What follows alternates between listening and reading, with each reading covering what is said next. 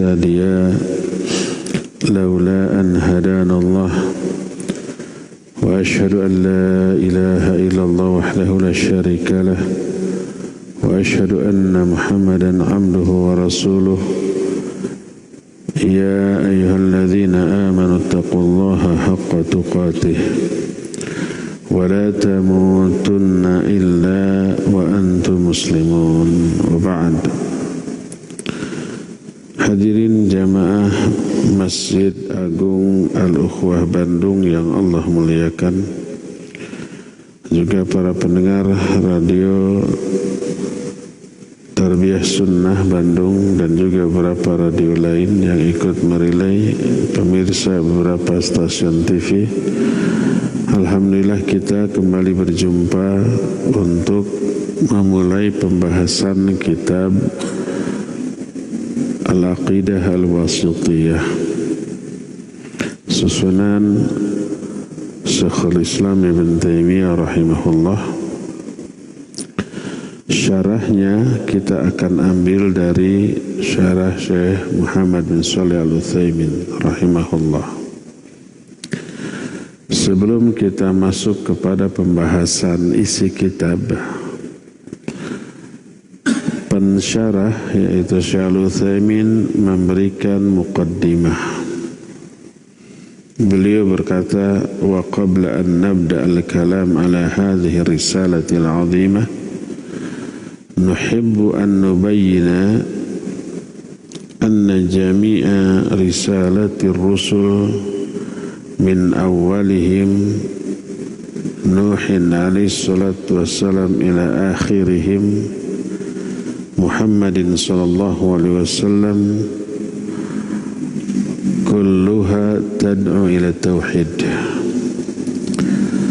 Sebelum kita memulai pembahasan risalah yang agung ini, ingin dulu kita jelaskan bahwa semua risalah para rasul dari awal para rasul, yaitu Nuh alaihi salatu wassalam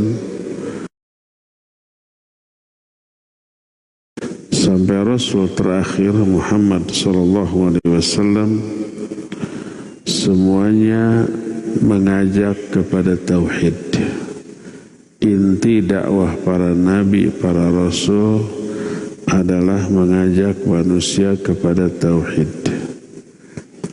Makna mengajak kepada tauhid adalah mengajak manusia untuk hanya menyembah Allah dan tidak menyembah kepada selain Allah. Allah berfirman dalam Al-Anbiya 25, wa ma arsalna min qablika min rasulin illa nuhi ilaihi annahu la ilaha illa ana fa'budun. Dan tidaklah kami mengutus seorang rasul pun sebelum engkau ya Muhammad, kecuali kami wahyukan kepada rasul itu bahwa tidak ada sembahan yang hak selain aku, maka sembahlah aku. Jadi semua nabi dan rasul sebelum Nabi Muhammad SAW diberi wahyu la ilaha illallah. Tidak ada sembahan yang hak selain Allah, maka sembahlah aku. Semua nabi, semua rasul begitu.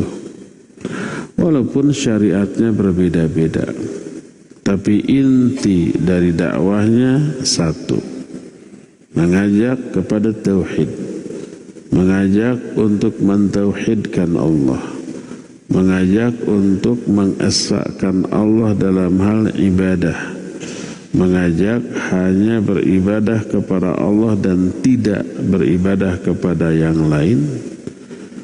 Makanya dalam surah An-Nahl 36 Allah menyatakan, wa ma arsalna min qablika min rasulin wa laqad ba'athna fi kulli ummatin rasulan an i'budullaha wajtanibut taghut. sungguh kami telah mengutus seorang Rasul kepada setiap umat.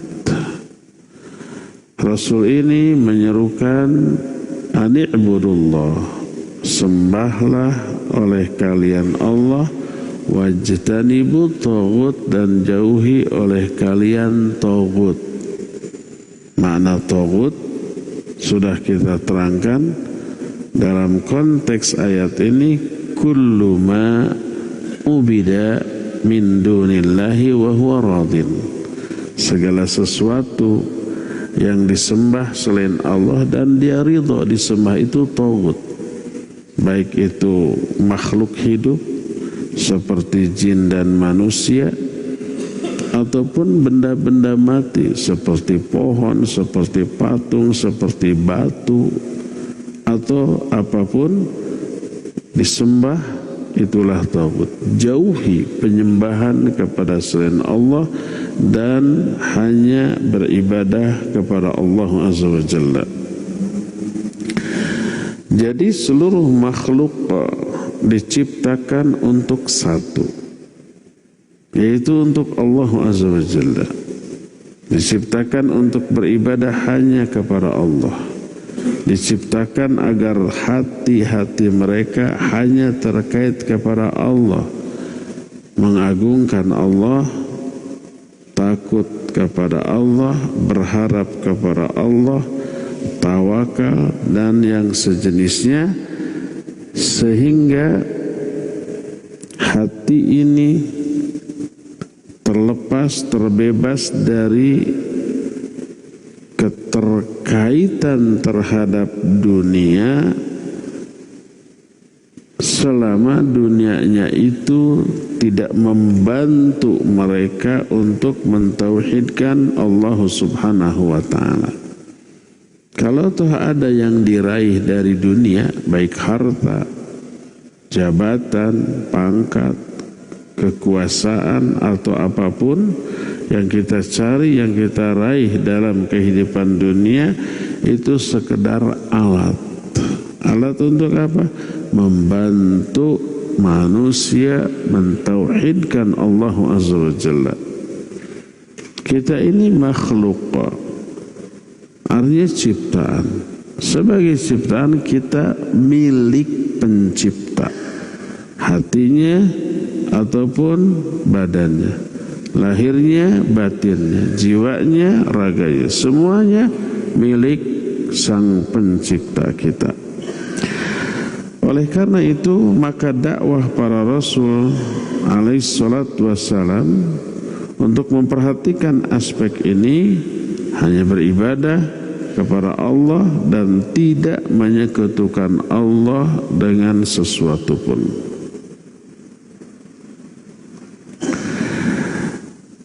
Lalu di antara seruan ajakan para Rasul untuk mengesahkan Allah Azza wa Jalla, aspek yang paling ditekankan di dalam mentauhidkan Allah Azza wa Jalla adalah aspek peribadatan, aspek penyembahan. Nah, karena ada aspek di luar penyembahan yang juga Allah harus ditauhidkan.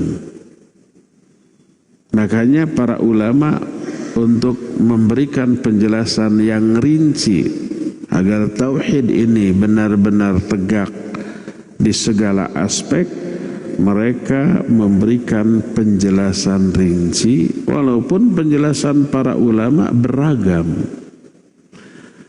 Termasuk dalam masalah penjelasan tentang tauhid beragam, baik pembagiannya ataupun istilahnya, tapi intinya sama. Sebagian ulama seperti Imam Ibnu Qayyim rahmatullahi alaih, beliau jelaskan dalam kitab Zadul Ma'an fi Hadi Khairil Ibad. Yang ini juga dikutip dalam kitab yang kita bahas setiap Jumat sore, Mukhtasar Ma'arijil Qabul. Ketika menerangkan masalah pembagian tauhid, Imam Ibnu Qayyim menyatakan tauhid dibagi dua. Ada dua jenis, dua macam. Pertama, tauhid ma'rifah wal itsbat. Kedua, tauhid al-qasad wal talab. Hanya dua. Tauhid ma'rifah wal itsbat adalah tauhid yang berupa pengetahuan. Ma'rifah itu ilmu, pengetahuan.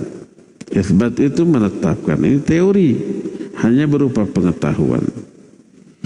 Lalu dirinci, tauhid ma'rifah wal itsbat mencakup dua hal, yaitu itsbatu dzat dan itsbatu al-asma'i was sifat.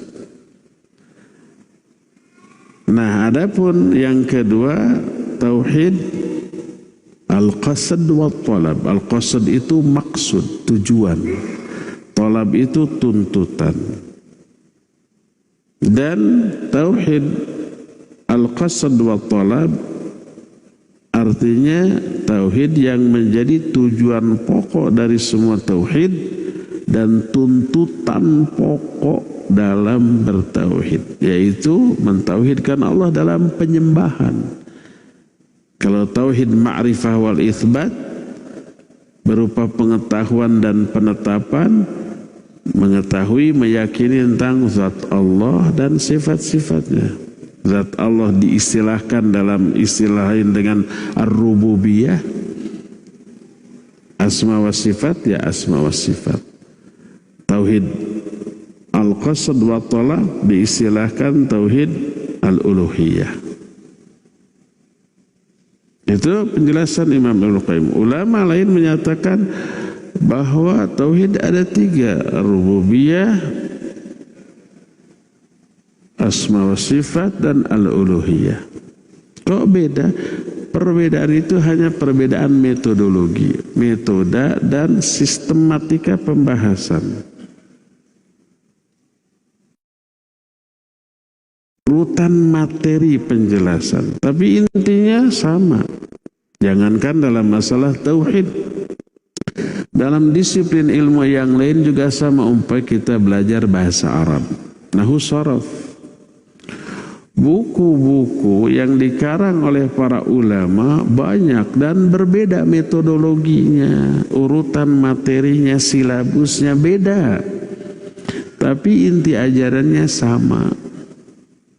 Ada kitab ilmu nahwu namanya Matan al-Ajurumiyah. Ada Alfiyah. Alfiyah ini susunan Ibnu Malik. Itu jauh lebih lengkap daripada Jurumiyah. Tapi intinya sama. Tapi dalam Alfiyah Ibnu Malik tidak hanya nahwu sharaf, ada tajwid juga, ya. Adapun di Jurumiyah hanya nahwu saja, tidak ada tajwid, tidak ada sharaf. Ada lagi orang belajar nahwu dari kitab Nahwul Wadhih. Ada lagi orang belajar bahasa Arab dari buku Al-Arabiyah Lin-Nasyi'in. Ada lagi Al-Arabiyah Baina Yaday. Ada lagi bahasa Arab li ghairi natiqina biha. Banyak isi penjelasannya, metodologinya, silabusnya, urutan materi dan istilah-istilahnya berbeda. Tapi intinya sama. Orang belajar bahasa Arab dari Jurumiyah, dari Alfiyah, dari Al-Arabiyah Lin-Nasyi'in, dari Nahwul Wadhih, hasil akhirnya sama. Cara baca kitabnya sama. Tidak ada perbedaan, walaupun metodologi belajarnya, kitabnya, cara penjelasannya, istilahnya kadang berbeda. Ada nggak orang setelah belajar bahasa Arab lewat buku yang berbeda, pas baca kitab berbeda, hasilnya tidak ada, sama. Atau contoh lain, belajar baca Al-Quran. Ada yang pakai buku Iqra, ada yang pakai buku Qiraati. Kalau dulu zaman saya anak-anak tidak ada dua buku ini. Tapi ada Quran kecil, Abata alif jabar a, ba jabar ba, ta jabar ta, sa jabar sa, abata sa, kan gitunya. Kalau kasroh jr alif jr i, ba jr b gitu, i btc, jadi begitu tuh. Terus di namanya dieja. Anak-anak yang belajar iqra dan qiraati nggak bisa mengeja. Umpama bismillahirrahmanirrahim, ba sin jr bis mim alif lam lam tasid jr mil gitu ya. Lam jabar la ha jr hi bismillahi. Orang yang belajar iqra nggak bisa begitu. Tapi apakah orang yang belajar qiraati, belajar iqra, belajar yang Quran kecil dan mungkin ada buku lain lagi, hasil akhir membaca Al-Qurannya sama apa berbeda? Sama. Gak pernah perbedaan. Kamu mana baca anaknya gitu? Dan saya mah dari qiraati. Oh pantas saya mah dari iqra. Ada yang begitu? Tidak ada. Yang belajar baca Quran dari qiraati, dari iqra, dari yang lain sama hasil akhirnya. Yang belajar bahasa Arab dari Alfiyah, dari Jurumiyah, dari Nahwul Wadih, dari Al-Arabiyah Linasyin, sama hasilnya. Begitu juga belajar tauhid dari buku manapun, dari kitab manapun. Asal sesama ulama ahlus sunnah, hasil akhirnya sama. Walaupun istilahnya mungkin berbeda, pembagiannya berbeda. Seperti Imam Ibnu Qayyim membagi tauhid menjadi dua, tauhid ma'rifah wal itsbat dan tauhid al-qasd wal talab. Yang lain membagi tiga, tauhid rububiyah, tauhid asma wa sifat dan tauhid al-uluhiyah. Tapi hanya beda istilah, beda metodologi, beda urutan materi pelajaran. Isinya sama, intinya sama. Tidak ada perbedaan dalam masalah ini. Seperti contoh umpamanya ketika menjelaskan ilmu nahu bab al-khabar. Sebagian ulama menyatakan khabar ada dua, yaitu khabar mufrad dan ghair mufrad. Sebagian ulama menyatakan khabar ada tiga, yaitu khabar mufrad, khabar jumlah, dan khabar syibih jumlah. Ini tiga, itu dua. Beda enggak? Hanya beda metode pembagian. Isinya sama. Yang dua, khabar mufrad dan ghair mufrad. Ghair mufrad ini nanti dibagi dua lagi, jumlah dan syibih jumlah. Sama dengan ini. Nah, seperti itulah tauhid. Jadi penjelasan para ulama tentang tauhid berbeda hanya dalam hal metodologi, urutan materi atau silabus, inti ajarannya sama. Nah, makanya Syekh Al-Utsaimin menyatakan wa qad qassamal ulama rahimahumullahu at-tauhid ila thalathati aqsam. Para ulama rahimahumullah membagi tauhid kepada tiga jenis. Ini versi yang kita akan terangkan. Versi yang sudah kita jelaskan dalam kitab Mukhtasar Ma'arijul Qabul ada dua seperti yang tadi terangkan. Tapi sama intinya, isinya. Pertama adalah tauhid ar-rububiyah. Apa tauhid al-rububiyah? Huwa ifradullahi subhanahu wa ta'ala fi umurin thalatha. Tauhid rububiyah adalah mengesahkan Allah subhanahu wa ta'ala dalam tiga perkara. Pertama al-khalaq, kedua al-mulk, ketiga at-tadbir. Al-khalaq artinya ciptaan, al-mulk artinya kekuasaan, at-tadbir artinya pengaturan, manajemen.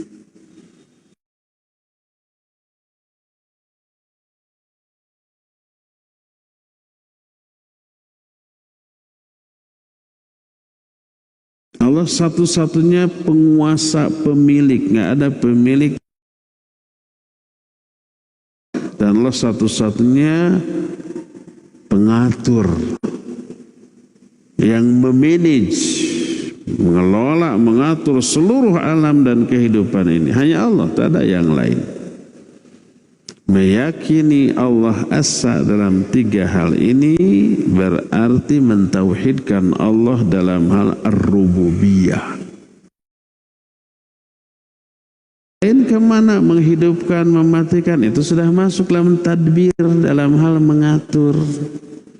Loh yang memberi rizki, yang memberi madarat, yang memberi maslahat, kemana? Sudah masuk dalam tadbir, mengatur alam dan kehidupan, sudah tercakup. Ya. Dalilnya adalah pertama, surah Al-A'raf 54. Allah berfirman, ala lahul khalqu wal amru. Ingatlah atau ketahuilah, milik Allah lah al-khalqu dan al-amru. Al-khalqu artinya ciptaan, milik Allah. Semua ciptaan ini, makhluk ini milik Allah. Dan al-amru, urusan. Urusan maknanya manajemen, pengaturan. Penerapan dalil ayat ini kepada hal tadi adalah bahwa pertama, Allah Azza wa Jalla mendahulukan khobar yang harusnya diakhirkan. Khobar jangan diterjemahkan ke dalam bahasa Indonesia. Kalau bahasa Indonesia khobar itu berita. Ini mah istilah dalam ilmu nahwu. Ada mubtada, ada khabar. Jadi ada dua jenis kalimat. Kalimat yang diawali oleh isim. Isim ini bukan jimat. Isim ini maksudnya kata benda. Disebut jumlah ismiyah. Ada kalimat yang diawali oleh fi'il. Fi'il itu kata kerja. Disebut jumlah fi'liyah. Seperti umpama dhahaba at-tilmidhu ilal madrasah.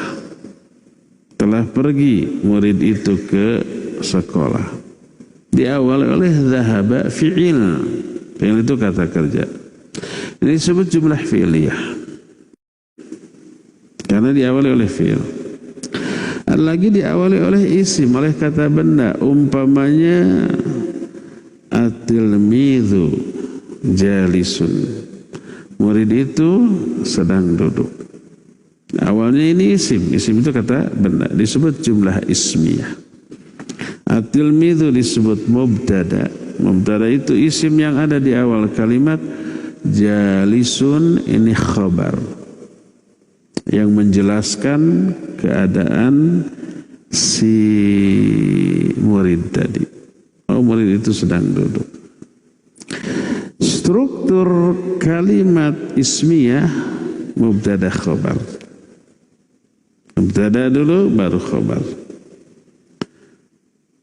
Nah, kalau khabarnya didahulukan, maknanya bertambah. Nah, dalam ayat ini lahul khalqu. Lahu ini khabar. Khalqu mubtada. Khabarnya diawalkan, mubtadanya di akhir. Tadinya al khalqu lillah. Makhluk itu milik Allah. Awalnya begitu. Tapi lillahnya diawalkan, lillahi al-mulku. Kan ada dalam ayat lillahi mulkus samawati wal ard gitu ya. Khabarnya didahulukan. Kaidah dalam ilmu balaghah menyatakan taqdimu ma haqquhu ta'khir yufidul hasr. Mendahulukan apa yang harusnya di akhir, khabar kan harusnya di akhir, mubtada di awal. Tapi yang di awal ini, yang di akhir ini diawalkan. Mubtada'nya diakhirkan, khabarnya diawalkan. Lahul khalqu yufidul hasar, memberi makna hasar. Hasar itu hanya. Jadi lahul mulku hanya milik Allah. Apa? Al khalqu ciptaan, makhluk semua hanya milik Allah. Satu-satunya pemilik seluruh makhluk hanya Allah. Wal amru, dan juga urusan. Kemudian ditambah dengan huruf ala. Ala lahul khalqu. Ala maknanya dua, tanbih dan takkid. Tanbih itu peringatan. Ingat-ingat ya, selalu jangan lupa, jangan lalai gitu loh. Dan takkid itu menguatkan. Takkid itu memastikan, menyatakan kesungguh-sungguhan. Ini Allah ini memiliki makna seperti itu. Jangan lupakan, ingat-ingat selalu, perhatikan secara sungguh-sungguh oleh kalian bahwa makhluk dan pengaturan terhadap seluruh makhluk hanya milik Allah, hanya di tangan Allah Subhanahu wa ta'ala. Al-khalqu adalah makhluk plus menguasai. Di dalam lafadz lahu lil milki berarti milik Allah, berarti dikuasai oleh Allah, dimiliki oleh Allah, seluruh makhluk milik Allah. Dan al-amru adalah at-tadbir, pengaturan seluruh makhluk beserta kehidupan yang ada di dalamnya.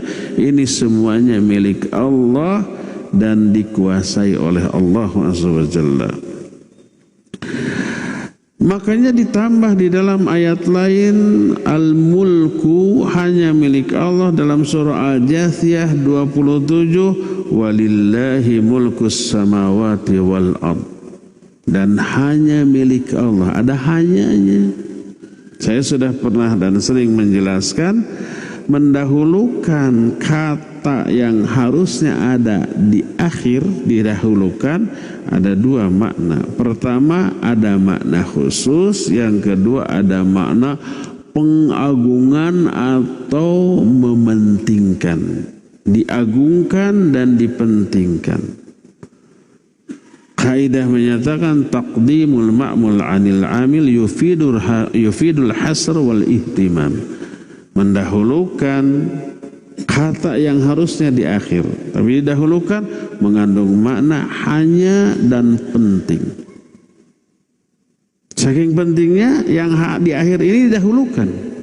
Harusnya as-samawatu wal ardu lillah. Harusnya begitu, awalnya begitu. Langit dan bumi milik Allah. Milik Allahnya didahulukan. Lillahi mulkus samawati wal ard. Maka mengandung makna pertama hanya, kerajaan langit dan bumi hanya milik Allah. Yang kedua, Allah ini diagungkan dan dipentingkan. Saking agung dan pentingnya didahulukan yang harusnya di akhir. Maka dalam struktur kalimat ini ada mengandung hanya dan ada mengandung unsur pengagungan dan mementingkan Allah Azza wa Jalla. Dari sinilah maka kita mengetahui bahwa Allah harus diesakan di dalam hal penciptaan, pengaturan, dan kekuasaan serta kepemilikan. Allah lah satu-satunya pencipta, satu-satunya pemilik dan penguasa terhadap alam ini, dan satu-satunya pengatur alam ini. Meyakini ini berarti mentauhidkan Allah dalam hal ar-rububiyah. Kalau timbul pertanyaan, bukankah ada pencipta lain selain Allah yang Allah tegaskan dalam Al-Quran? Allah menyatakan ada pencipta lain selain Allah. Tapi pencipta terbaik adalah Allah. Selain Allah bukan tidak baik, tapi kadar kebaikannya di bawah Allah Azza wa Jalla dalam hal menciptakan. Ada pencipta lain selain Allah? Ya, ada. Kata siapa? Allah yang bilang dalam Al-Quran. Mudah-mudahan jangan ada orang yang jahil memotong ceramah saya hanya sampai di sini. Ada pencipta lain selalu musyrik. Dengar dulu. Nih Allah berfirman di antara dalam surah Al-Mu'minun ayat 14, fatabarakallahu ahsanul khaliqin. Maha barakah Allah sebagai sebaik-baik pencipta, pencipta terbaik Allah. Kalau Allah pencipta terbaik, ada nggak pencipta lain? Ada, tapi tidak sebaik Allah. Kalau hanya satu-satunya pencipta mah nggak perlu disebut terbaik. Kalau terbaik berarti ada yang lain, ya enggak? Tapi terbaik adalah Allah. Ada enggak pencipta lain? Ya ada. Siapa? Makhluk. Bagaimana bentuk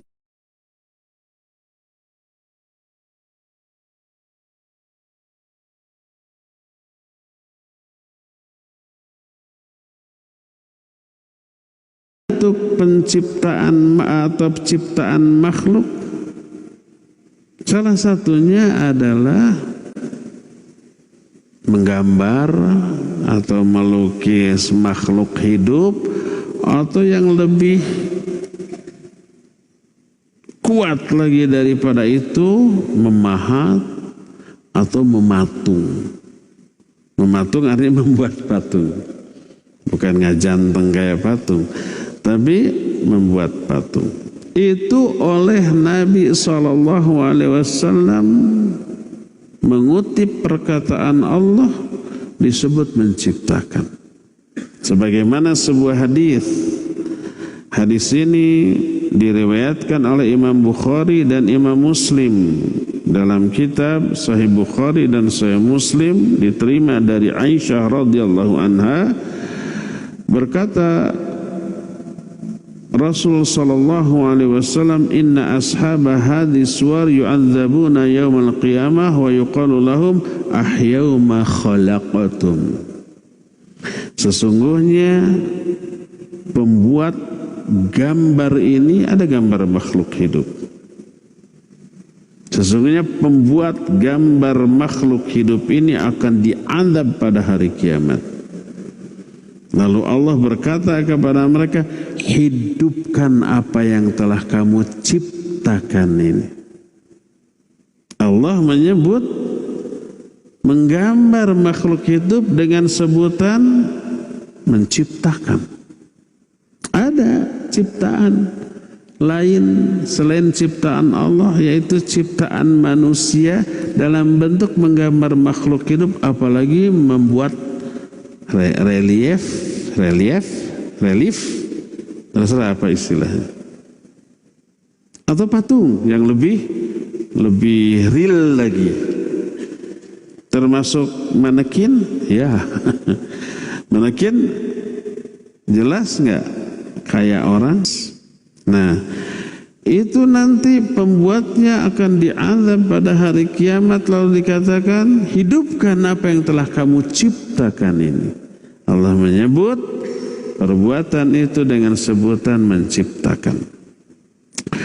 Di dalam hadis lain yang diriwayatkan juga oleh Imam Bukhari dan Imam Muslim dari Abu Hurairah radhiyallahu an, berkata Rasul sallallahu alaihi wasallam bahwa Allah berfirman, ini hadis qudsi sahih, wa man azlamu mimman dhahaba yakhluqu ka khalqi. Siapa yang lebih zalim dibanding orang yang menciptakan seperti ciptaanku?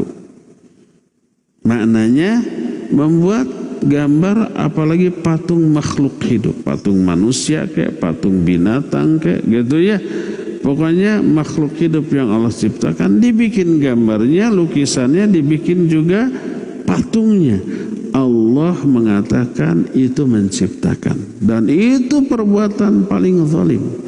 Wa man azlamu mimman dhahaba yakhluqu ka khalqi. Siapa orang yang lebih zalim dibanding orang yang menciptakan seperti ciptaanku?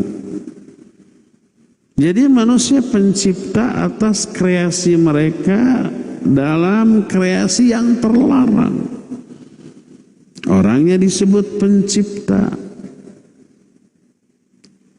Makanya ada pencipta lain selain Allah, ya ada. Tapi Allah sebaik-baik pencipta, mana yang lebih bagus? Gambar dan patung bikinan manusia ataukah ciptaan Allah berupa orangnya atau makhluknya langsung? Oh, jelas, umpamanya kita dibikin patungnya persis seperti kita. Kan ada di negara lain, di mana? Di Swedia, di mana? Ada patung tokoh-tokoh besar dunia kan? Konon katanya Presiden Soekarno juga ada di sana. Persis tidak? Persis.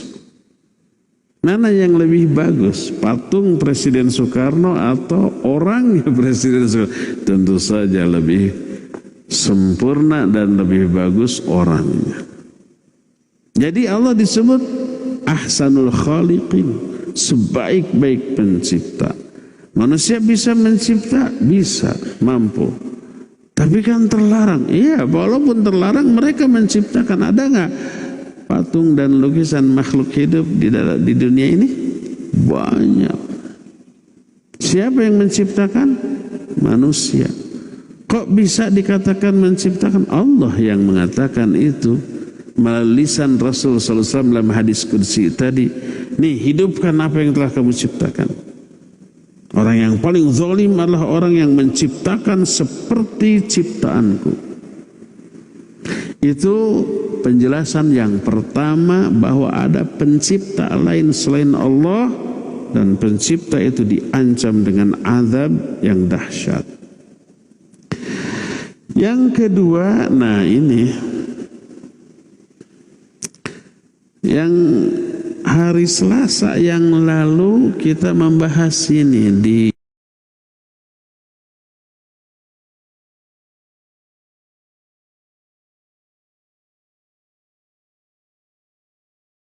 yang kita bahas kemarin adalah Al-Khaliq dan Al-Khallaq.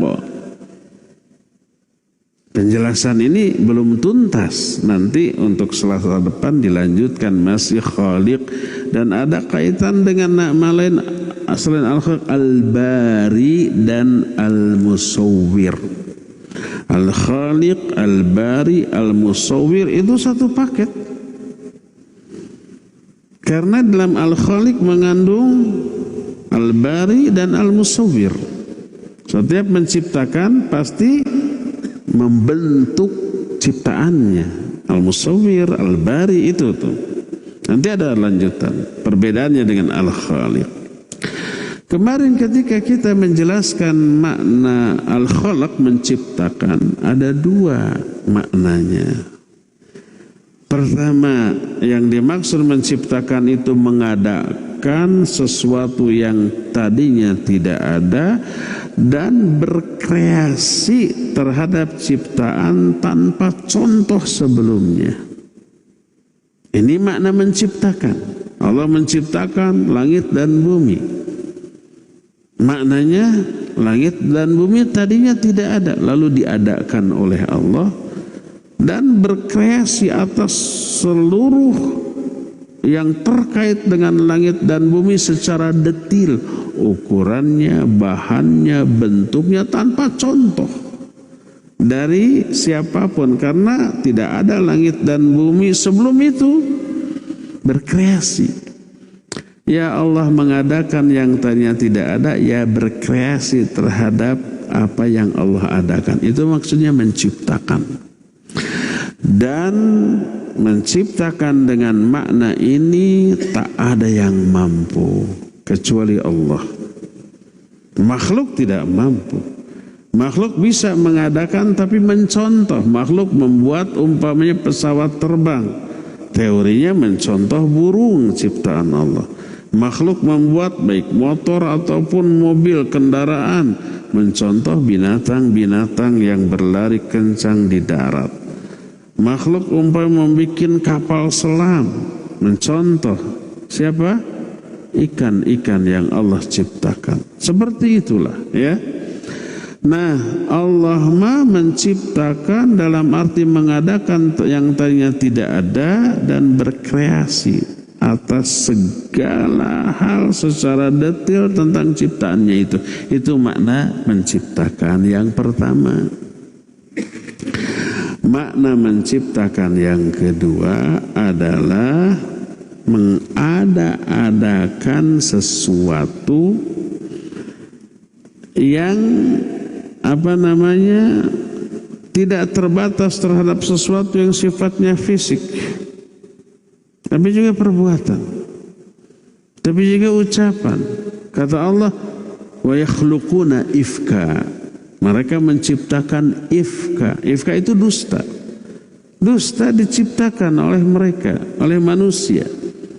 Yang dimaksud dengan menciptakan di sini mengada-ada sesuatu yang tidak sesuai fakta. Dan itulah yang berkaitan dengan manusia menciptakan, maknanya mengada-adakan tadi. Jadi Allah Azza wa Jalla sang pencipta. Ini jawab. Ada pertanyaan yang muncul. Fakaifa tajma'u baina qawlika anna Allah munfaridun bil khalq wa baina hadhihi an-nusus? Bagaimana cara memadukan dua keterangan yang seolah-olah bertolak belakang? Pernyataan pertama, Allah As-Sa dalam hal menciptakan. Tapi di nas-nas yang tadi kita bahas, ada pencipta lain selain Allah. Manusia menciptakan patung atau gambar. Kata Allah itu menciptakan. Katanya As-Sa dalam hal penciptaan. Tapi kok ada pencipta lain selain Allah? Dan itu perkataan Allah sendiri. Tapi sebaik pencipta adalah Allah. Huwa ahsanul khaliqin. Perkataan Allah ahsanul khaliqin, bahwa Allah sebaik-baik pencipta, pencipta terbaik, berarti ada pencipta lain selain Allah, hanya tidak sebaik ciptaan Allah. Bukankah ini berarti Allah tidak esa dalam hal penciptaan? Dijawab oleh para ulama. Dan ini diterangkan oleh Syekh Al-Utsaimin, kata beliau, innal khalqa huwal ijad wa hadza khasun billahi ta'ala. Amma tahwilu syai' min surah ila ukhra fa innahu laisa bi khalqin haqiqatan wa in sumya khalqan bi itibari takwin lakin fil waqi laisa bi khalqin taman. Kalau makna menciptakan artinya mengadakan sesuatu yang tadinya tidak ada, itu khusus bagi Allah, dan Allah infirad dalam hal itu. Infirad itu menyendiri, hanya Allah satu-satunya. Adapun kalau menciptakan dalam arti mengubah sesuatu kepada bentuk lain, sesuatu sudah ada sebelum diubah ke bentuk lain, ini sebenarnya pada hakikatnya bukan menciptakan, walaupun diungkapkan dalam bahasa kita dengan menciptakan. Maka sudah masyhur di kalangan kita, siapa pencipta umpamanya bohlam? Dijawab apa? Thomas Alva Edison. Disebut pencipta, ya enggak? Siapa pencipta mesin uap? Siapa pencipta listrik? Siapa pencipta ini? Itu masyhur di kalangan kita. Masuk kepada kurikulum dan pelajaran di sekolah. Ya, semua sepakat itu adalah ciptaan. Padahal sebenarnya bukan mengadakan yang tadinya tidak ada. Apakah sebelum diciptakannya listrik tidak ada? Ada. Cuma dalam bentuk yang lain. Sebelum ada bohlam yang diciptakan oleh Thomas Alva Edison, ada enggak cahaya yang keluar akibat listrik? Ada, yaitu apa? Petir, kilat, purinya, caang kan? Nah itu saja. Lalu dari sana dikreasikan oleh orang lahir bohlam dan seterusnya. Jadi pada hakikatnya itu bukan ciptaan yang hakiki, walaupun di dalam bahasa percakapan manusia tetap itu dianggap ciptaan. Tapi pada hakikatnya itu bukan ciptaan yang hakiki. Contoh, orang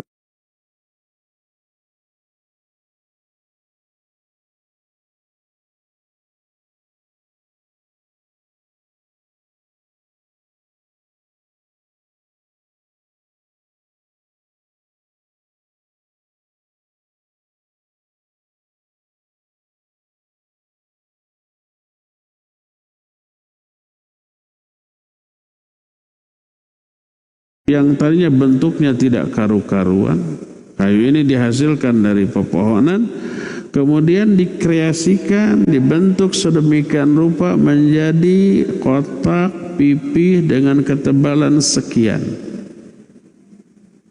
Jadilah pintu. Itu bukanlah menciptakan secara hakiki, tapi merubah satu bentuk benda kepada bentuk benda yang lain. Bukan mengadakan sesuatu yang tadinya tidak ada. Pintu itu tadinya berwujud kayu, lalu dirubah bentuknya menjadi pintu. Dalam bahasa kita disebut menciptakan, walaupun tidak semakna dengan penciptaan Allah terhadap alam jagat raya ini. Adapun kalau umpamanya manusia disuruh menciptakan yang persis seperti ciptaan Allah, maka mereka tidak bisa melakukannya. Sekalipun ciptaan yang terkecil seperti seekor lalat, manusia tidak bisa menciptakan seekor lalat persis seperti lalat yang Allah bikin. Bukankah ada robotnya dalam bentuk lalat? Tetap tidak persis. Tetap mereka itu butuh listrik atau baterai untuk menerbangkannya, dan bahannya juga beda dengan lalat yang sebenarnya.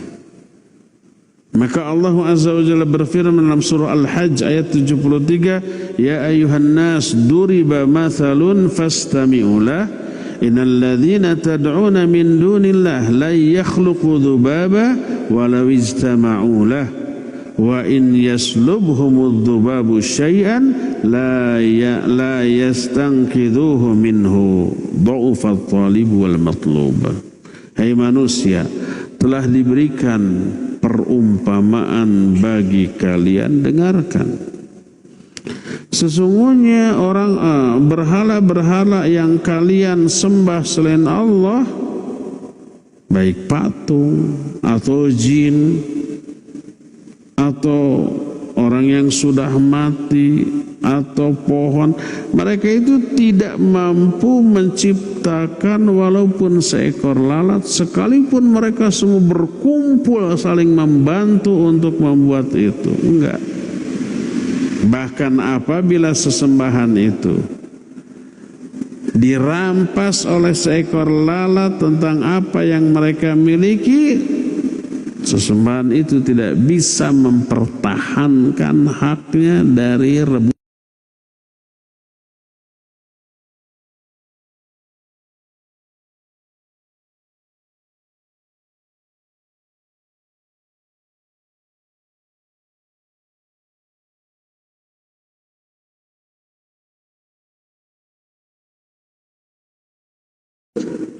Menclok, hinggap, dikueh lalu direbut, dibawa kabur oleh lalat. Si patung ini bisa mempertahankan? Enggak. Pas lalatnya tetap nutup gini, alam disamualkan. Apa begitu? Tidak, diem aja. Kata Allah, dha'ufat talib wal matlub. yang menyembah lemah, yang disembah lemah. Lebih lemah yang disembahnya. Kalau yang nyembahnya dipukul, dia nangkis dan membalas. Kalau yang disembahnya patung, diapa-apakan juga nggak bisa ngapa-apain, getok, teke. Apa nangkis, nonjok, balik? Enggak. Lemah dia, lebih lemah daripada yang menyembahnya. Nah, di dalam ayat ini Allah Azza wa Jalla menyatakan la yakhluqu dzubaba wa la ijtama'ulah. Mereka ini tidak mampu menciptakan walaupun hanya seekor lalat. Yang mereka bisa lakukan, orang yang hidup umpamanya hanya mengubah benda makhluk yang sudah ada diubah kepada bentuk yang lainnya. Lalu mereka menyebut itu sebagai perbuatan menciptakan.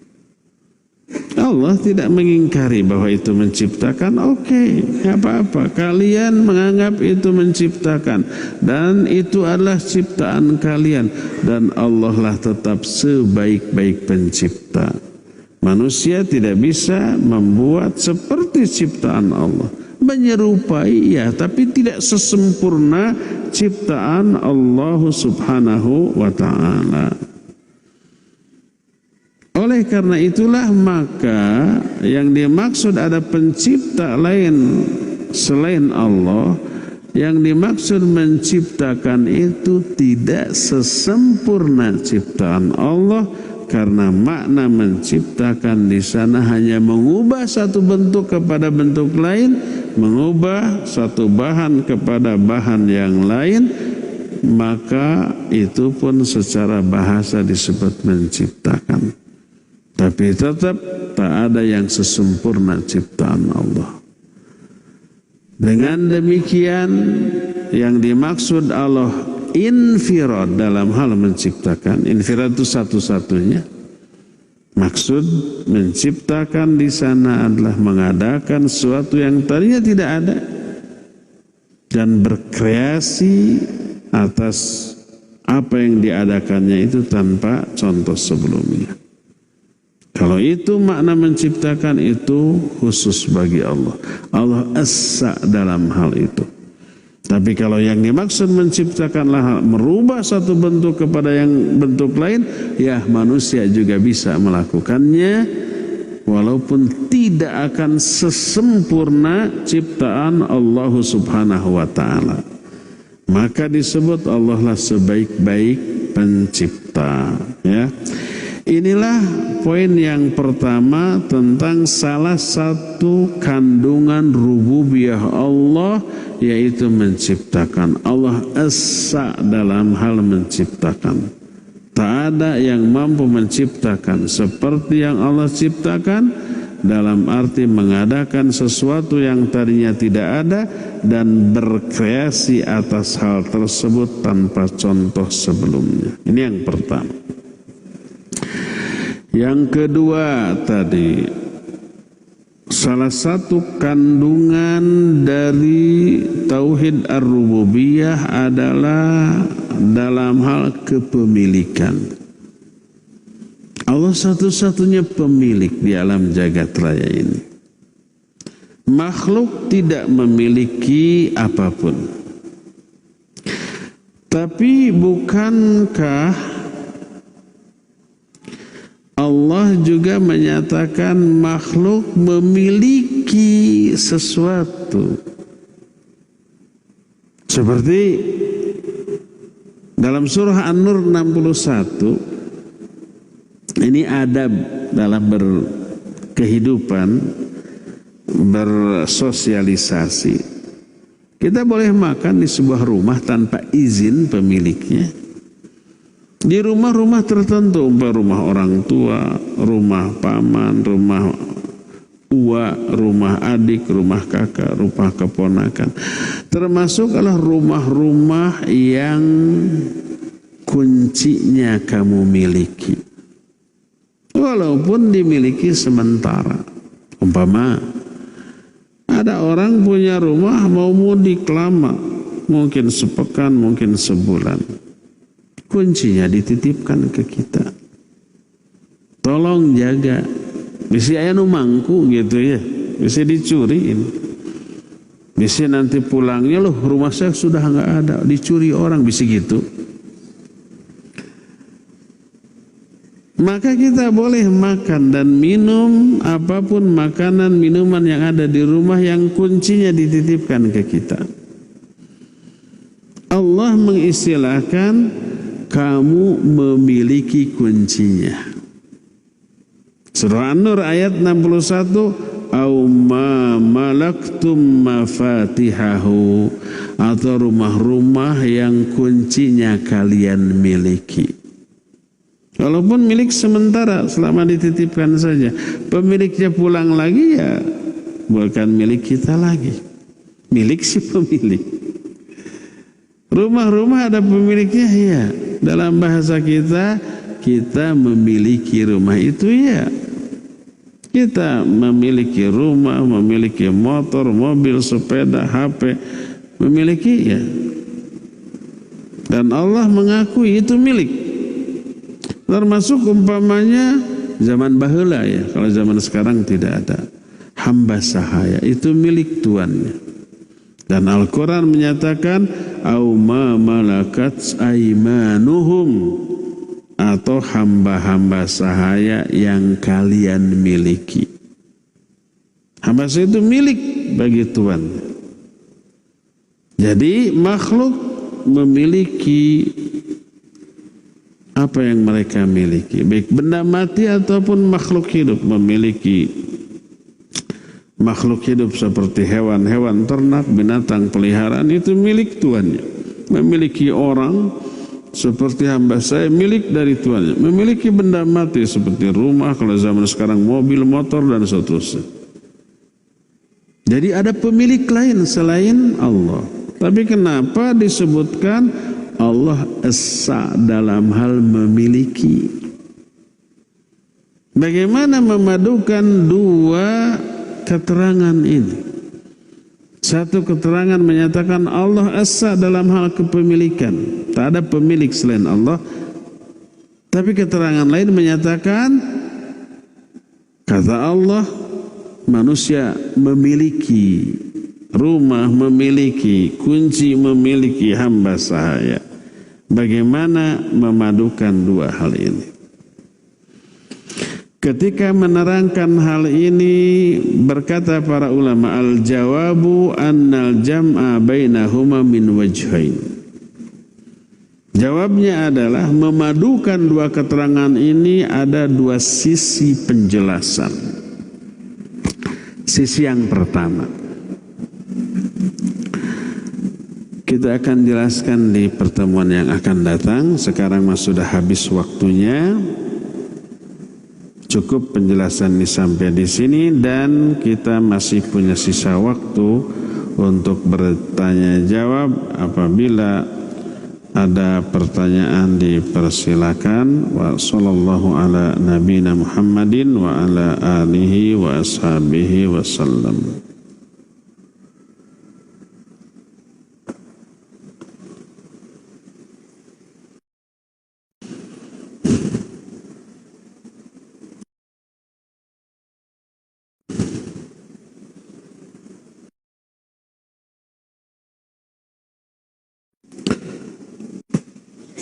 Ya, silakan kalau ada pertanyaan diajukan. Kalau ikhwan ada yang mau langsung ngacung secara lisan boleh langsung. Kalau akhwat pakai tulisan.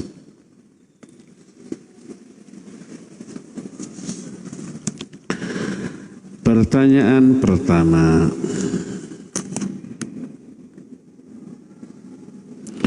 Bagaimana hukumnya memajang foto makhluk hidup, foto keluarga dan memajang foto di media sosial? Pertama, memajang foto hukum asalnya haram, tidak boleh. Dan malaikat tidak akan masuk ke sana. Sebagaimana sabda Nabi SAW, innal malaikata la tadkhulu buyutan fiha suwar. Para malaikat tidak akan memasuki ke sebuah rumah yang di dalamnya ada gambar. Termasuk foto ya, foto bahasa Arabnya gambar. Sama, surah, namanya suar. Jadi masuk ke dalam kategori gambar. Jadi hukum asal memoto dan difoto termasuk memajangnya adalah haram. Sebagian ulama ada membedakan menggambar dengan memfoto. Karena apa? Karena kalau menggambar adalah kreasi tangan kita, imajinasi kita. Kalau fotonya hasil karya dari alat foto.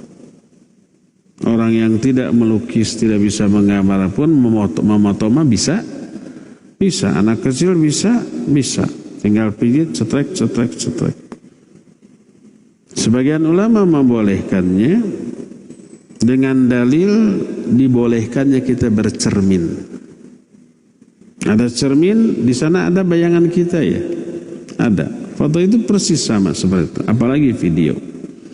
Bukan menggambar, bukan melukis, tapi refleksi, bayangan dari bendanya, dari orang.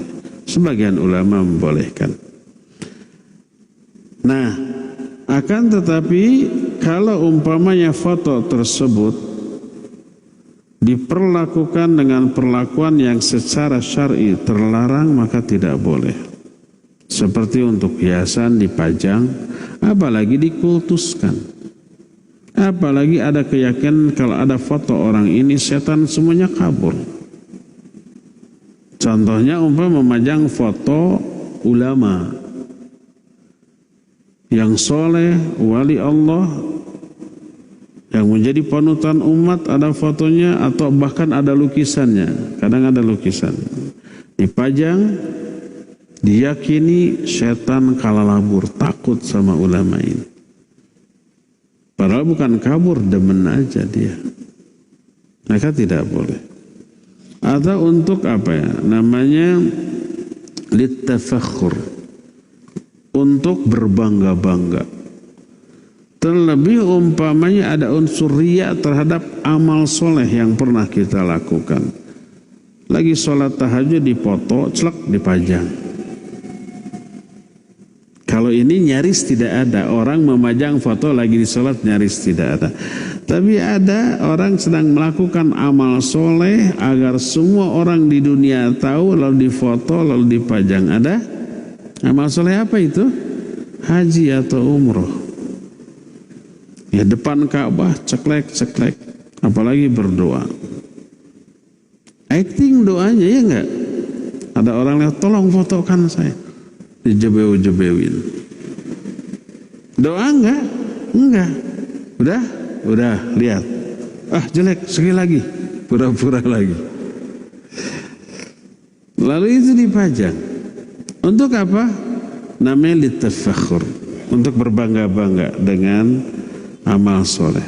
Itu selain bisa menghapus amal umroh atau haji, juga terkena azab karena riyanya. Jangankan haji atau umroh sunnah. Salat yang merupakan kewajiban yang lebih kuat disebut rukun Islam kedua. Kalau riya diazab, fawailul lil musallin. Dua ayat berikutnya, alladzina hum yuraun, orang yang riya dalam salat. Ditolak itu salatnya dan diazab. Semua amalan begitu. Dan foto salah satu media atau alat riya. Kadang-kadang amalnya belum dilakukan, riyanya sudah didahulukan. Pas daftar umroh, ceklek dipoto, dipajang di media sosial. Doakan teman-teman lagi daftar umroh, semoga mabrur. Riyanya didahulukan, umrohnya belum. Sebulan lagi tuh. Sebulan sebelum berangkat daftar, dari daftarnya aja sudah diriakan. Apalagi pas lagi manasik, doakan ya, semoga terfahami. Umrohnya belum. Ketika kumpul di bandara, ceklek-ceklek ada videonya. Bismillah berangkat, semoga umrohnya mabrur. Ada yang begitu? Banyak. Jadi double dosanya. Ya, dia itu memajang foto yang bisa menyebabkan malaikat tidak akan masuk. Yang kedua, riya dengan amal solehnya. Adapun kalau difoto karena ada kebutuhan, maka bisa boleh, bisa sunnah, bisa wajib. Yang wajib contohnya umpamanya memajang foto di beberapa kartu identitas. Yang apabila tidak ada foto, hukum bisa dimanipulasi. Seperti di KTP. Harus ada foto di paspor. Harus ada foto di surat nikah, buku nikah. Harus ada foto di ijazah. Harus ada foto. Kalau nggak ada foto di sana bisa dimanipulasi, ya nggak? Ini bawa aja perempuan ini istri saya, nih surat nikahnya, tapi nggak ada foto. Bisa dimanipulasi. Paspor mau keluar negeri, ini paspor saya, tapi nggak ada fotonya, padahal pinjam paspor orang. Bisa saja. Ini ijazah saya nggak ada fotonya, dipakai melamar gitu pekerjaan, diterima. Ada manipulasi kalau nggak ada foto, maka wajib ada foto di sana untuk menghindarkan adanya manipulasi. Bisa sunnah kalau umpamanya kita mengadakan kegiatan daurah, dakwah dibiayai oleh muhsinin, oleh donatur, untuk memberikan keyakinan minta laporan berupa foto, oke. Silakan cek foto, kirim. Mutmain dia, tenang, yakin. Atau dalam bentuk video. Itu dibolehkan saja. Nah, tapi hasilnya jangan dipajang. Cukup didokumentasikan, disimpan di tempat yang tertutup, ya. Jadi kalau demikian maka boleh, tapi untuk kebanggaan, untuk ria-ria, untuk sekedar dipajang tanpa ada maksud yang dikehendaki, maka tidak boleh.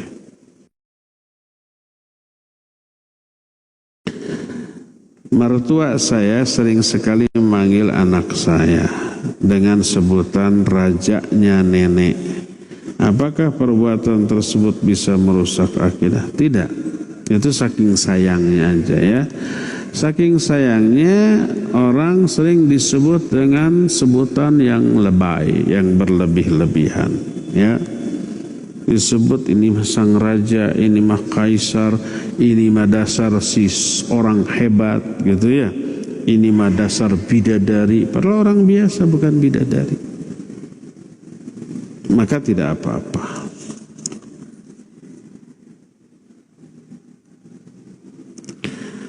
Apakah ada jin keturunan yang bisa mengikuti kita atau keluarga kita? Ada. Kalau umpamanya seseorang jadi dukun atau tukang sihir, mengadakan perjanjian kesepakatan dengan jin untuk membantu sihirnya atau perdukunannya,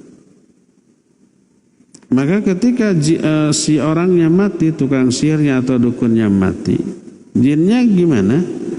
Nurun ke keturunannya dengan kriteria yang disepakati oleh ahli sihir dan jin ini.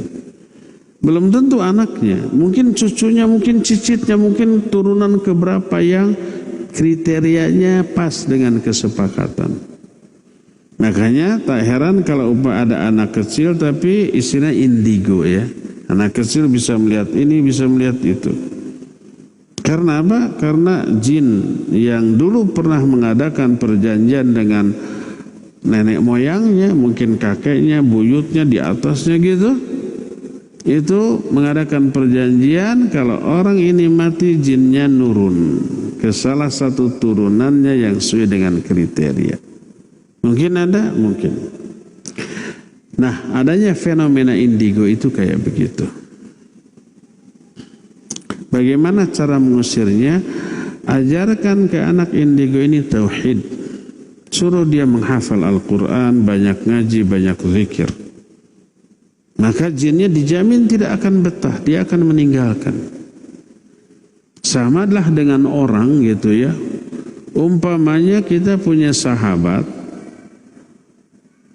awalnya kita dan sahabat ini sama-sama ahli maksiat, soulmate gitu, mabok bareng, judi bareng, zinah bareng, ngedrugs bareng, nyolong bareng gitu ya.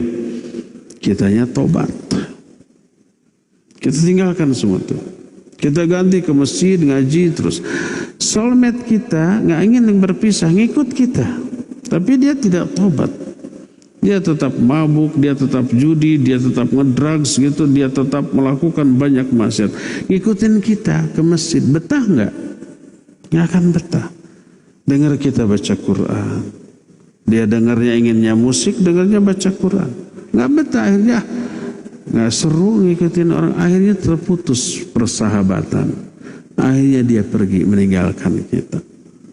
Karena dia nggak akan betah dibawa ke masjid terus, ngaji, ikut pengajian, baca Quran, saum Senin Kamis dan seterusnya gitu ya.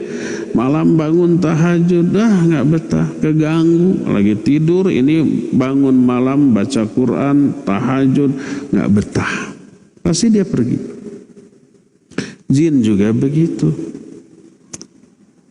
Jadi kalau orang yang diikutinya ternyata berpegang teguh kepada Quran Sunnah, ahli ibadah, tauhidnya lurus dan kuat, kerjaannya berzikir, membaca Al-Quran, memurojaah hafalan Quran, dia akan pergi dengan sendirinya ya, dan dia akan sembuh dari indigonya insya Allah. Bolehkah minta diruqyah syar'i kepada orang lain? Kalau pertanyaan boleh tidaknya, boleh, tidak dosa.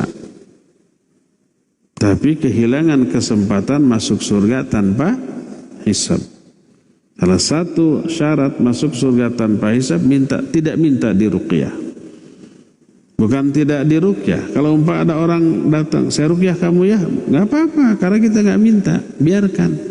Jangan sampai tolong, jangan, saya mau masuk surga tanpa hisab. Nggak masalah, nggak hilang hak itu karena kita tidak minta. Maka Nabi SAW diruqyah sama malaikat Jibril, sama Aisyah, sama sahabat lain. Nabi juga suka meruqyah orang lain. Nggak masalah kalau meruqyah, saling meruqyah boleh. Karena itu saling menolong, ta'awun al-birri wat taqwa. Minta diruqyah hukum asal boleh, tidak dosa, hanya kehilangan kesempatan masuk surga tanpa hisab. Masih bisa masuk surga? Masih. Tapi mungkin dengan hisab. Ringan apa berat tergantung amal. Kalau amalnya amal soleh, ya bisa ringan hisabnya ya.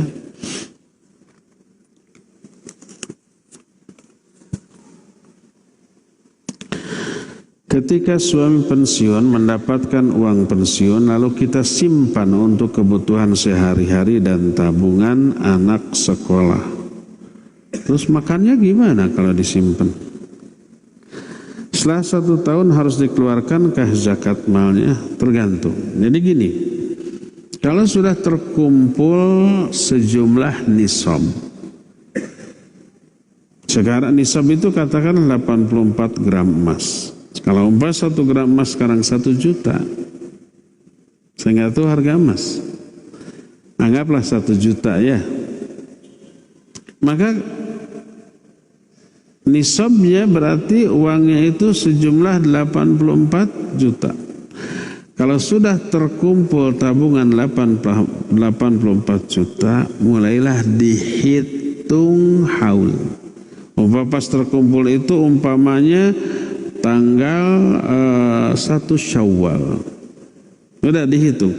Nanti tanggal 1 Syawal berikutnya dan jumlah uang yang disimpan itu tidak berkurang, wajib keluarkan zakat 2,5% dari simpanan ini. Kalau belum mencapai 84, baru 80 enggak.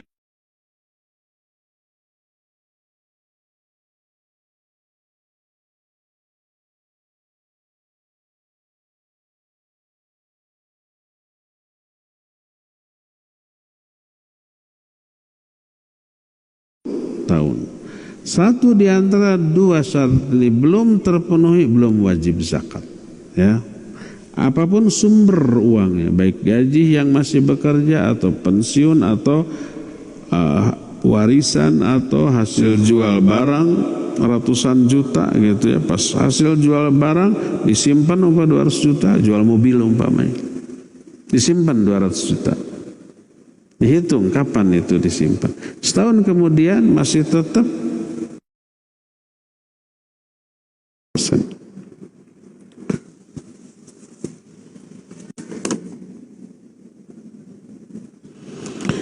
Bolehkah seorang muslim merasa unggul di bidang ibadah tertentu dan lemah di bidang yang lainnya? Saya merasa berat untuk saum sunnah dan bangun di sepertiga akhir malam. Godaannya kantuk yang berat, kepala pusing saat saum sunnah.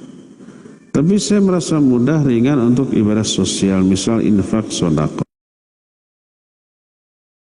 materi atau uang.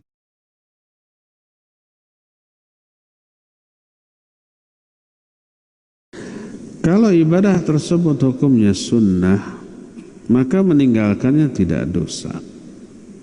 Muslim yang kafah adalah muslim yang melaksanakan seluruh kewajiban secara menyeluruh. Kewajiban. Kalau yang sunnah, meninggalkannya tidak dosa. Boleh. Sunnah secara fiqih. Bukan sunnah secara istilah dalam masalah akidah. Karena sunnah secara dalam istilah para ulama zaman baheula adalah syariat ini secara keseluruhan. Baik yang wajib ataupun yang sunnah, baik akidah ataupun ibadah ataupun muamalah, itu semuanya sunnah. Ada kitab Syarhus Sunnah Al-Barbahari. Susunan Al-Barbahari, Imam Al-Barbahari. Apa isinya? Akidah. Padahal itu dinamai sunnah, penjelasan tentang sunnah. Ada kitab hadis. Isi kitab hadis ini pertama akidah, yang kedua ibadah, ketiga muamalah. Kumpulan hadis-hadis. Sekarang oleh para ulama disebut dengan sebutan kitab As-Sunan. Itulah Sunan Abu Daud, Sunan At-Tirmidzi, Sunan Ibnu Majah, Sunan An-Nasai. Sunan adalah jamak dari sunnah. Isinya apa? Syariat secara keseluruhan. Jadi makna sunnah zaman baheula maknanya syariat. Wajib semuanya dipegang. Maka berkata Ibnu Umar radhiyallahu anhuma, "Man taraka sunnah faqad kafara." Siapa yang meninggalkan sunnah dia kufur. Sunnah di sini bukan dalam pengertian fikih amalan yang bila ditinggalkan enggak dosa, yang bila dilakukan dapat pahala, bukan itu. Sunnah di sini syariat. Berkata Ibnu Abbas, as-sunnah huwa syariah. Sunnah itu adalah syariat. Baik akidahnya, ataupun ibadahnya, ataupun muamalahnya. Ini sunnah menurut pengertian ulama zaman baheula. Nah, khusus di bidang fikih ada 5 hukum. Pertama wajib, kedua sunnah, ketiga mubah, keempat makruh, kelima haram. Wajib adalah pekerjaan yang bila dilakukan berpahala, ditinggalkan dosa. Sunnah adalah kalau dilaksanakan berpahala, ditinggalkan tidak dosa. Ini sunnah dalam pengertian fikih. Ketidaktahuan orang tentang makna sunnah digeneralisir. Pokoknya setiap lafaz sunnah maknanya difahami dalam makna fikih. Kalau dilaksanakan berpahala, kalau ditinggalkan tidak dosa. Maka jenggot adalah sunnah Rasul. Lalu difahami secara fikih. Jadi kalau tidak berjenggot alias dikurut juga nggak dosa. Ini orang menerapkan satu istilah di fikih lalu diterapkan di luar masalah fikih. Jadi jangankan dalam masalah syariat, dalam masalah fikih. Dalam urusan dunia juga ada yang istilahnya sama, tapi fungsinya, bendanya berbeda. Contoh umpamanya sendok. Istilah sendok terpakai dalam beberapa bidang. Dalam hal kuliner, sendok alat makan, ya enggak? Dalam bidang bangunan, ada sendok, sendok tembok. Dalam masalah perbanan, ada sendok ban. Tukang alat nyungkil ban apa namanya? Sendok. Ada sendok sepatu. Apa fungsi sendok sepatu? Tiga nu asing karena sendok sepatu. Kan kalau memasukkan sepatu bagian kenengnya agak susah ya, keneng tenawan itulah. Tumit. Nah, ada sendoknya. Tek. Namanya semuanya sendok, dipakai di bidang yang berbeda. Bentuknya beda, bahannya beda, fungsinya beda, namanya sama. Nah sekarang bayangkan, tukang tembok ini, tukang bangunan, ada ladennya mau pada makan. Kata si tukang kaledannya, ambilin sendok. Dikasih sendok tembok. Padahal yang dimaksud sendok untuk makan. Nih, dower tuh. Jadi istilah terapkan di bidangnya masing-masing. Sunnah di bidang fikih jangan diterapkan di sunnah di bidang akidah.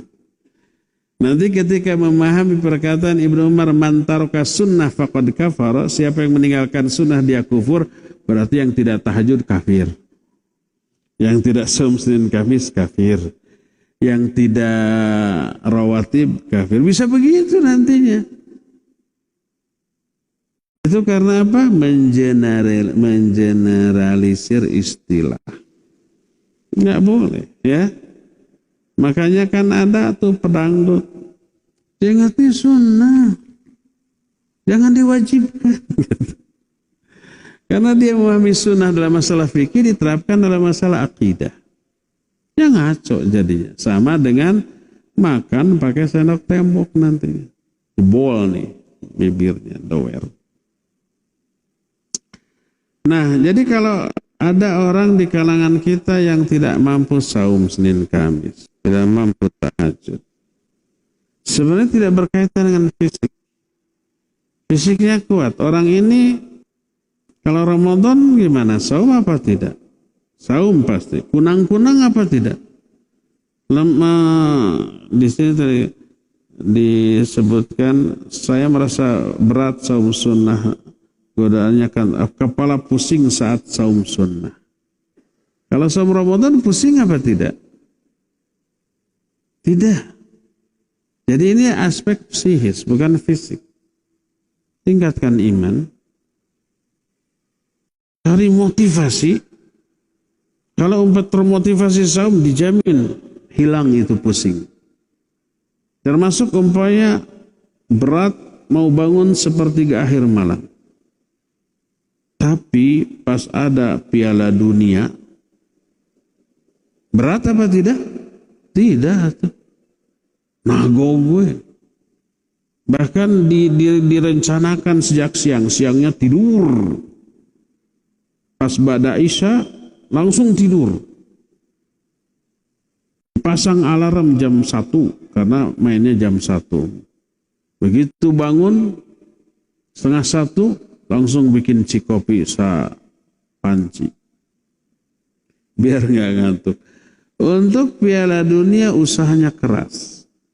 Karena apa? Termotivasi. Pertama senang kepada pola permainannya.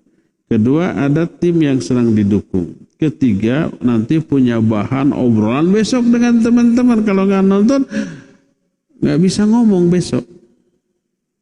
Motivasinya gede. Makanya dia bangun. Coba cari motivasi yang membuat kita terdorong untuk tahajud. Apa motivasinya? Coba sebanyak dan semendalam mungkin cari keuntungan yang Allah janjikan bagi orang yang tahajud. Setelah tahu keuntungannya, luar biasa. Akhirnya kita kabita, inspirasi, termotivasi, terdorong untuk bangun malam. Setelah termotivasi mah enteng, ringan, tidak akan berat lagi. Terlebih ada aspek lain yaitu ketenangan jiwa dan tahajud itu satu ibadah yang bisa memotivasi kita untuk memperbanyak hafalan Quran. Begitu ada surat baru yang kita hafal gitu ya, ingin segera malam saya akan baca di tahajud nanti. Jadi salah satu motivasi untuk bisa bangun malam, coba hafalkan banyak ayat. Surah-surah pendek hafalkan, yang baru-baru nanti termotivasi nanti malam saya membaca dalam sholat. Ya. Bersentuhan kulit lengan tidak sengaja dengan pengemudi angkot ketika bayar ongkos, apakah membatalkan wudhu? Tidak. Nabi SAW ketika sholat, Aisyah itu radhiyallahu anha tertidur di pinggir. Nah, iya. Si kakinya itu nelonjor ke tempat sujud Nabi SAW. Saat itu Aisyah tidak sholat, lagi halangan. Ketika Nabi mau sujud, dipijit betis Aisyah. Ngerejat, ditarik. Lagi sholat tuh pegang tubuh istrinya. Setelah Nabi bangkit, nelonjor lagi. Pas mau sujud, dipijit lagi, tarik lagi. Itu yang pertama. Kedua, karena Rasul SAW, Nabi SAW setelah berwudu suka mencium dulu istrinya sebelum ke masjid. Setelah berwudu. Seandainya itu batal, niscaya Nabi tidak akan melakukan itu. Dan ini menjadi dalil bahwa bersentuhan dengan wanita tidak membatalkan wudhu. Adapun ayat yang menyatakan aula mastumun nisa, kamu telah bersentuh dengan perempuan. Nah, yang dimaksud lamastum di sini, bersentuh di sini maknanya adalah hubungan biologis, hubungan suami istri. Maka dia diungkapkan dengan lamastum, ada alif namanya alif musyarakah, panjang lamastum. Maknanya saling menyentuh. Dan ini istilah untuk hubungan suami istri. Makanya ketika Maryam dikabari bahwa dia akan hamil punya anak, apa kata Maryam? Bagaimana mungkin saya punya anak walam yamsasni basyarun, padahal saya belum pernah disentuh oleh seorang laki-laki pun. Yang dimaksud disentuh itu apakah ditoel gitu? Enggak, ditoel mah tidak akan hamil. Tapi maksudnya melakukan hubungan suami istri. Diungkapkan dengan ungkapan disentuh. Nah, aula mastumun nisa atau kamu menyentuh perempuan, maknanya sudah berhubungan suami istri. Falam tajidu man, dan kamu tidak memperoleh air. Fatayammamu sa'idan thayyiba, maka bertayamumlah kamu dengan tanah yang suci, yang baik. Jadi sebagian orang memahami menyentuh di sini membatalkan wudu, maksudnya pa'antol, bersentuhan, bersinggungan. Padahal bersentuhan di sini maknanya adalah melakukan hubungan suami istri dan bukan menyentuh kulit dengan kulit. Jadi bersentuhan kulit tidak membatalkan wudu. Tapi tetap haram.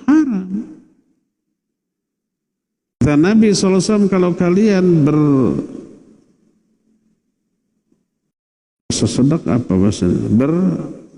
berdesak-desakan dengan babi yang berlumuran darah dan itu lebih baik daripada kamu bersentuh dengan perempuan yang bukan mahram. Jadi menyentuh perempuan yang bukan mahram dengan sengaja haram. Maksiat ya maksiat, tapi maksiat tidak membatalkan wudu. Kalau orang setelah wudu lalu umpah gibah, apakah wudunya batal? Tidak.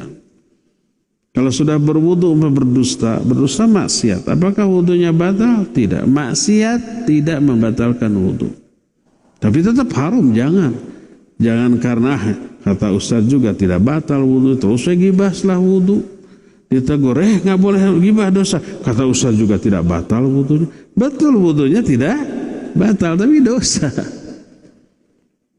Kata Ustaz juga menyentuh perempuan tidak batal. Hayo di toilet. Iya, tidak batal, tapi dosa. Tidak boleh, ya.